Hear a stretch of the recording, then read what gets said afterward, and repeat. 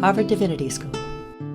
Uses and abuses of power in alternative spiritualities. Implications for spiritual care of patients and communities. April 27th, 2023. Good morning, everyone. I'm glad to be here with you. My name's Morgan, and as we begin, just as has been named for many of the different topics of this conference, there's some stuff here that might be potentially difficult to hear. And so just invite folks to take care of themselves. Hearing about the work of racial justice from a white person is always a potentially triggering topic. And so just invite folks to bring me feedback in any way that works for you. I would love to learn from this audience. So just a little overview from where I'm headed today.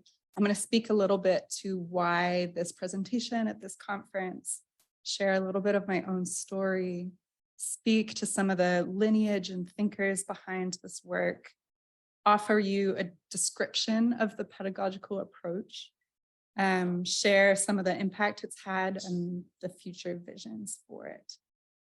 And I wanted to offer first two kind of starting foundational assumptions for what I'm bringing today. The first is that reparations are required in this country for centuries of racial injustice, going back to colonization and slavery as founding sins of this nation. And that grassroots reparative work is one part of the movement that we need to win. And the second assumption is that there is critical healing work that white people need to be doing in caucus with one another in order to go as deep as is required and reduce the harm and labor required of people of color. So why this topic at this conference? What I'm sharing with you today is what I'm thinking about as a pedagogy for surrendering power. And I'm talking about unearned power that comes from white supremacy, that comes from living under racialized capitalism, that's given to people like me, people born white with class privilege in this country. And one thinker that has deeply informed this work, my dear friend, Bronte Velez, who speaks about the pleasurable surrender of white supremacy. So I want to share their words with you. Hopefully the sound is going to work.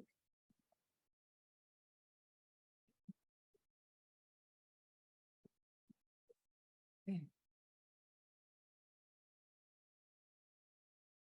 Someone can help me share sound.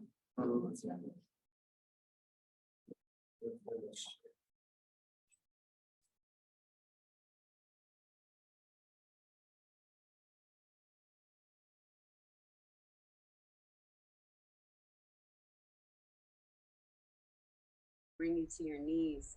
And I'm at this point of I have this vision of just wanting to see, especially white men in power. I want to see them on their knees and I want to see them give up.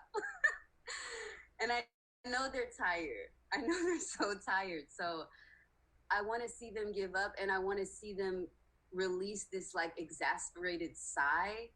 And I want to see us all feel that release.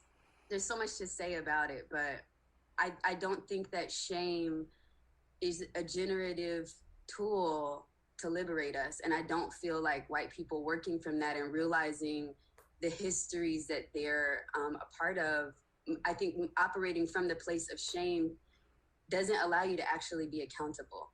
And I think surrender leads us into some other kind of pleasureful accountability and also restorative justice.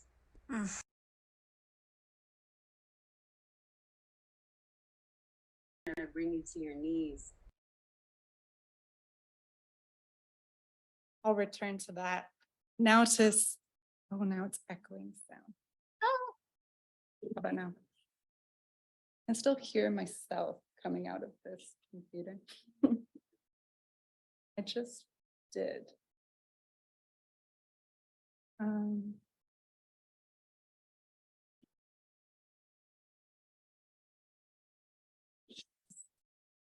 I think that fixed it. Hello.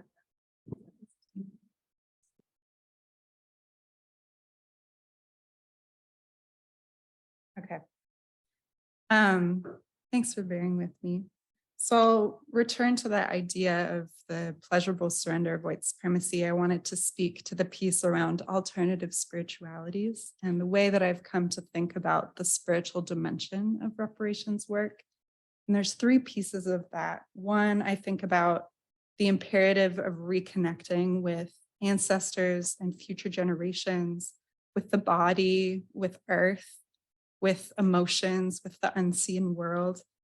I love my friend and thinker, Leigh Blakely, offers this circle here for how white supremacy gets replicated through systems of disconnection, unbelonging, and extraction. And the second dimension I'll speak to is how spiritual work can invite us to be with the questions of meaning, purpose, life, death, belonging that are often in the way of white folks surrendering power. And the third piece, and referencing Melissa in the back here, and this conversation around what are our soul ties to white supremacy? And if we're not operating at a level of spiritual depth, can we actually undo the depth at which this is holding on to us? And I have some words here from Larry Ward from the amazing text, America's Racial Karma.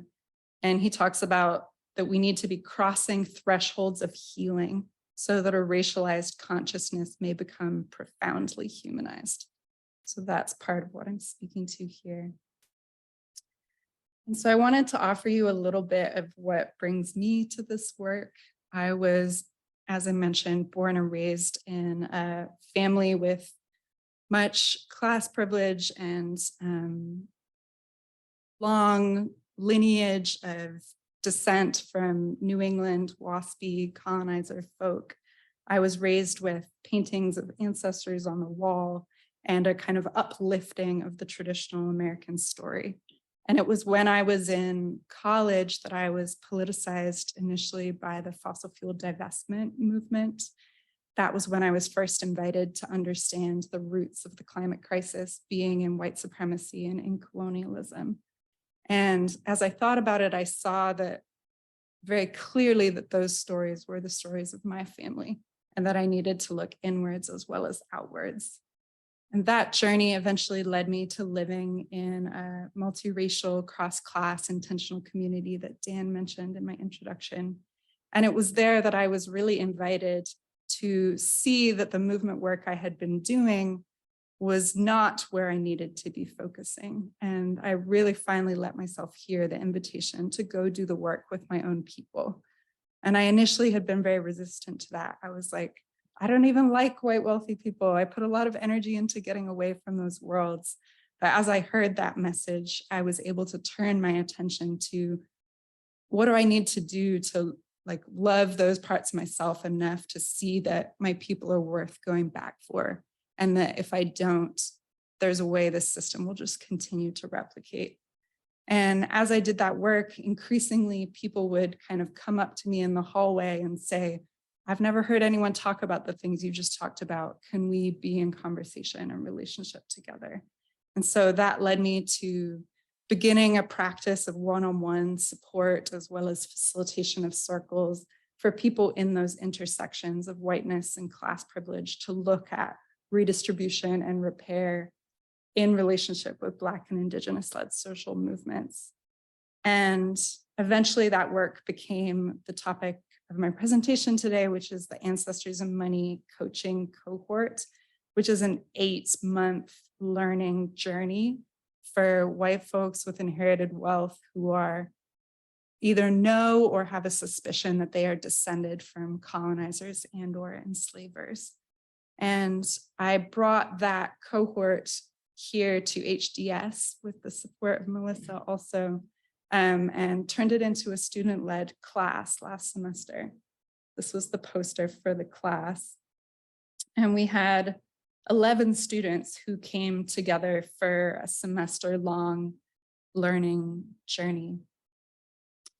I wanted to offer a little bit of the people and movements and thinkers that are informing me in this work, because none of this came from me. This is all very much what I feel that I've been invited into thinking about and offering at this time. So first, I have a little column of kind of the relationships that I feel are like holding and pushing me in this work. And I won't read them out, but just running through this big list of names for you of the people that I have, the privilege to learn from and be pushed by in this work. And then the people that are my inspiration, the people who I am reading and referencing and learning from, but don't yet have the privilege to be in a relationship with.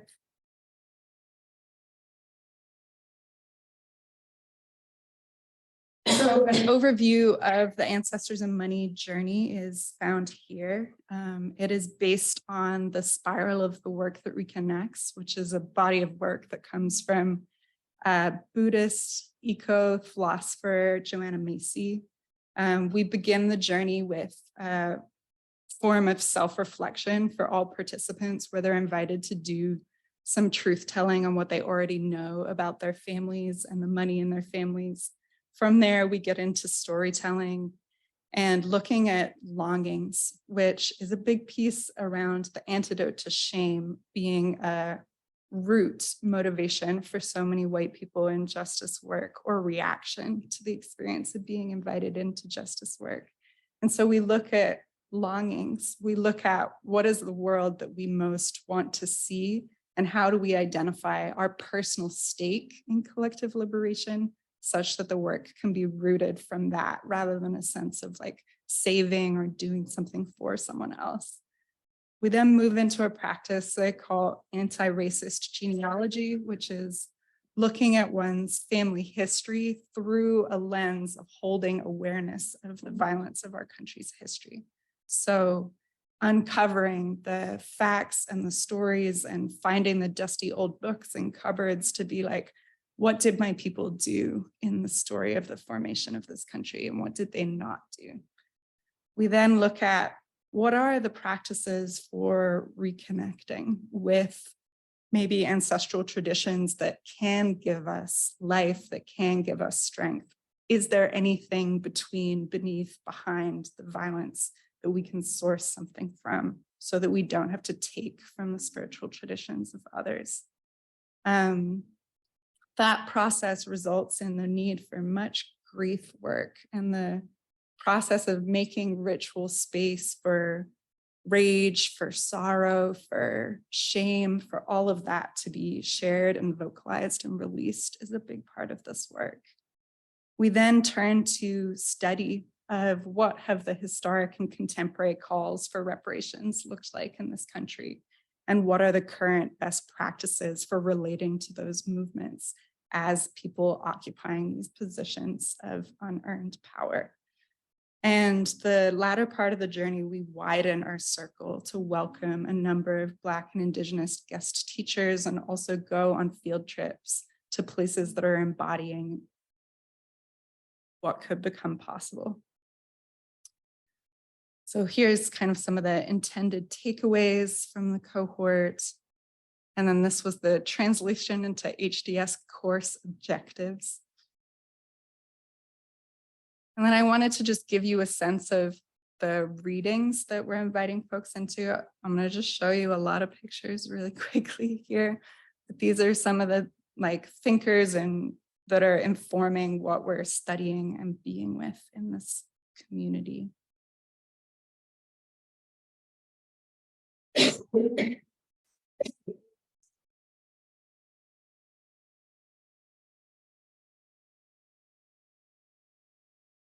These last two are specific to California, because the most recent Ancestors and Money cohort included an in-person retreat at Canticle Farm, the community where I live.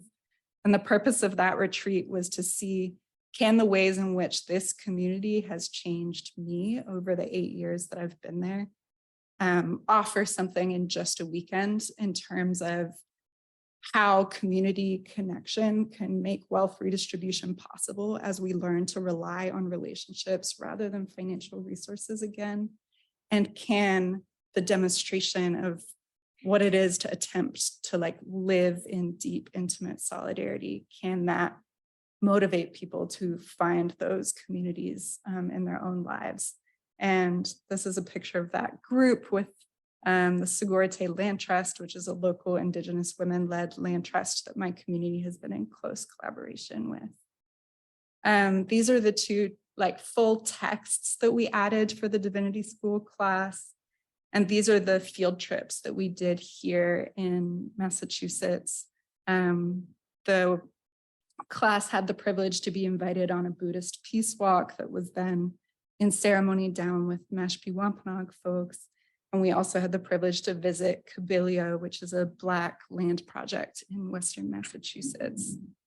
And so to summarize this approach, we begin with identifying our longings and personal stake. We turn towards research and truth-telling, practicing reconnection with earth and spirit, attempting to build white anti-racist culture, grieving the harms caused by our ancestors, studying historic and contemporary calls for reparations, practicing wealth redistribution and divestment, widening the circle of community, and making and witnessing commitments with one another.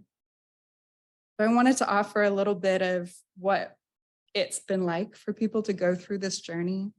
You can see here, this person talks about one of the most powerful parts being the possibility of holding each other accountable in the work, and how that brought belonging, bravery, and inspiration for them. Someone else talked about feeling better able to locate themselves in time, space, history, culture, spirit.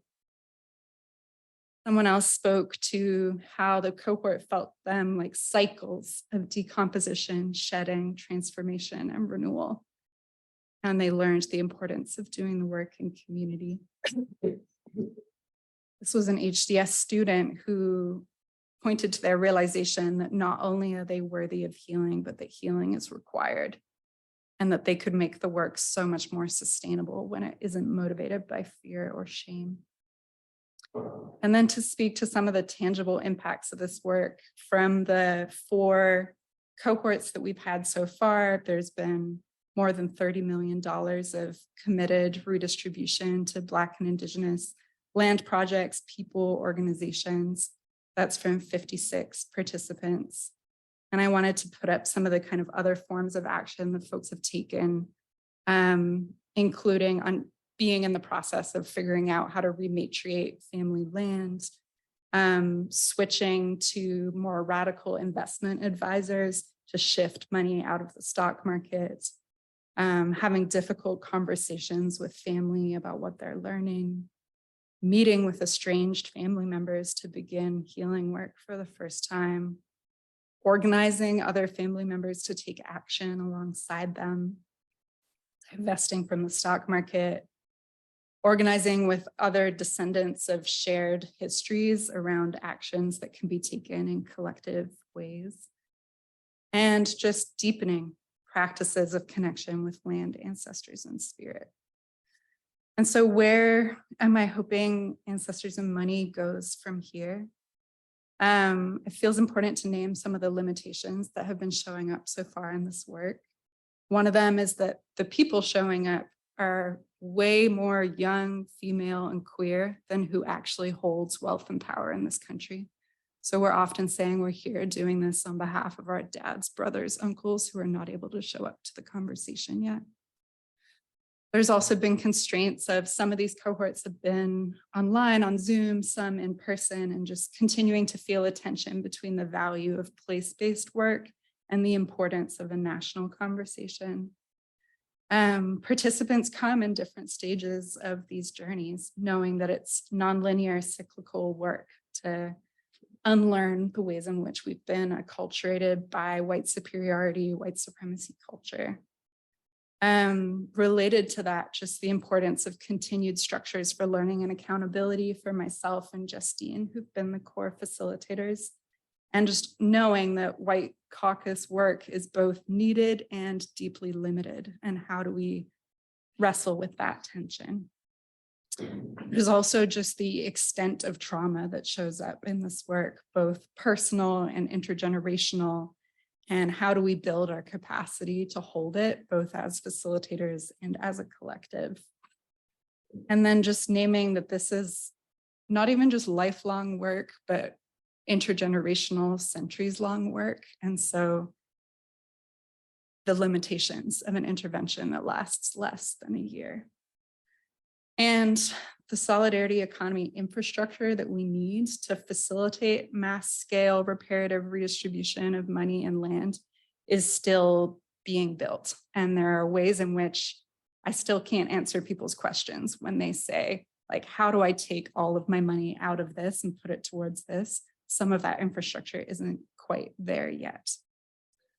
So looking towards the future of this, we're really excited to offer it at universities again, like we had the privilege to do here at HDS. As I mentioned, I live in the Bay Area. I'm really looking for connections to Berkeley and Stanford, if anyone has them. Also thinking about the value of place-based cohorts, which could overlap with that university class vision. And then inspired by one of our communities of accountability, Jubilee Justice, considering what a longer commitment, for instance, a 2-year commitment could mean in this work and what's possible.